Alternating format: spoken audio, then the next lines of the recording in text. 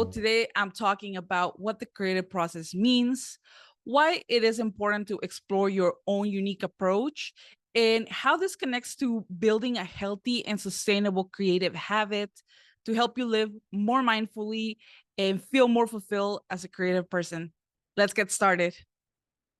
The main reason that I want to talk about the creative process is because it's a term that we hear all the time, but I don't think we fully understand what it really means.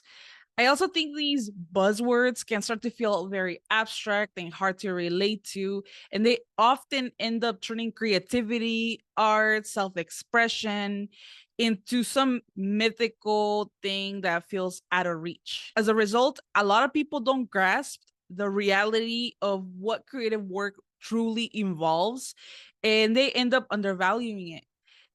They forget that creativity takes effort, energy, and real work, hence the term creative work. And I'm here to challenge that. So let's start by defining what the creative process is. In its simplest form, the creative process is the series of action steps that you have to take to create a new idea or product. And generally speaking, there are about 3 to 5 overarching steps in the creative process, depending on who you ask. And the process can be simplified into the following 3 steps. 1, having an idea. 2, doing the work to bring that idea to life. And 3, a final product which can be shared with others. However, the most commonly cited definition of the creative process, and the one that you'll likely find if you look it up online, is the one outlined by the social psychologist Graham Wallace. He outlined the process in 5 stages, which are 1, preparation, 2, incubation, 3, illumination, 4, evaluation, and 5, verification. Personally, I find these words really hard to remember and connect to. So here's how I define the 5 stages.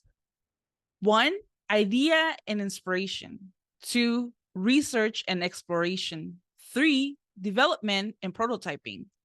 4, editing and refinement. And 5, final product and launch. Keep in mind, these are general ideas of what we know about the creative process, more like guiding posts versus strict rules. Because the reality is that the process can be very messy, non-linear, and can vary greatly depending on your artistic medium, your project, your own personality, and your creative goals.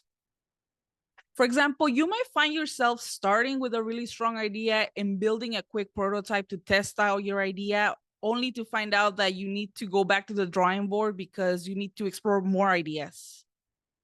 Now, let's talk about the importance of exploring your personal creative process.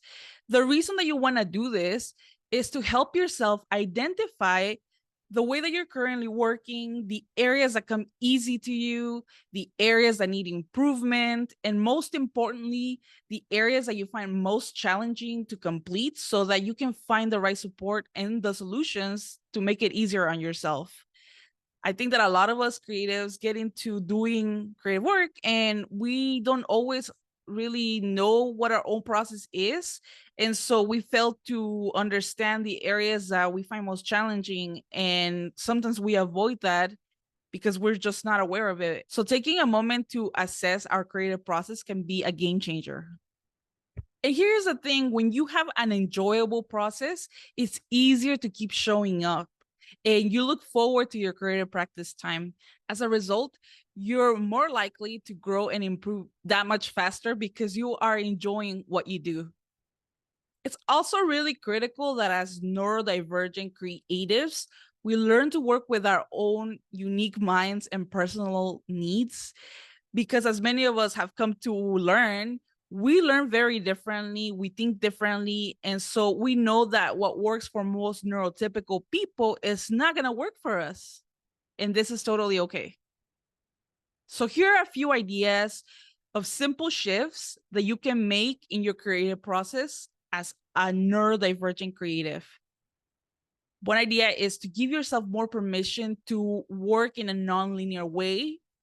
Also, starting with whatever task feels most interesting to you, because it's really critical for a lot of us with ADHD to be able to stay engaged with whatever it is that we're doing. And so when it comes to our creative work, we have to find the thing that we enjoy the most so we can stay connected and interested in what we're doing. And I think it's also really important to try to work in short segments so that you can avoid getting bored and overworking. And I think using a timer can really help here. As I just mentioned a second ago, it's really important that you build a creative process that works for you so that you can keep showing up and build a strong creative habit with much more ease. When you like what you do, it doesn't feel like a chore. So you're most likely to keep doing it. Also, when you like what you do, you're training your brain to associate positive feelings with the idea of creating. And slowly, with time, you'll realize that you actually do enjoy showing up day to day to the actual process of creating instead of obsessing over the final result. This is so key as creatives because I think we often glamorize the final product and we really like to see when someone has created this amazing thing, but it's so critical that we learn to enjoy the day-to-day act of creating. One last thing on this point, and I really want to emphasize this: you are allowed to build a routine that works for you, because ultimately the process of creating is for you. You're choosing to spend your time doing something creative when you could easily be doing anything else. So why not make it work for you? Another really critical benefit that comes out of developing a creative process and a creative routine that works for you is learning to live in the present moment and enjoying your daily life. When you take daily action towards the things that you care about and enjoy, you actually learn to love being in the present moment in your ordinary life.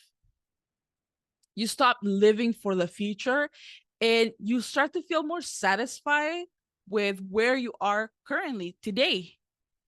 You also teach yourself to recognize and value daily learning and growing instead of focusing on lofty achievements and external measures of success.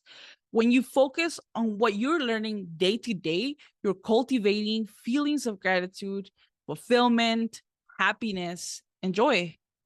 And in the long run, this is what fuels and sustains your creative passion for the long haul. Your creative habit will go from simply being this thing that you do to improve your craft to an enriching ritual that supports your personal growth and self-discovery as a human being. And who doesn't want that? Who doesn't want the added benefit? This is my favorite part about being a creative person.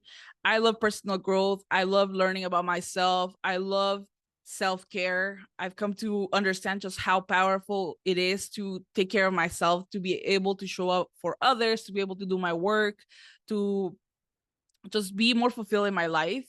And I think this is the part that a lot of people miss. They think, oh, creating is just focusing on techniques and making something beautiful and putting it out into the world. And that's where we start to get into this rut where this thing that initially fulfilled us becomes a chore and we don't like it and we hesitate to pull out our tools and get to work because we forgot that our creative practice is also a way of taking care of ourselves, a way of showing up for our well-being. And I just can't stress this enough.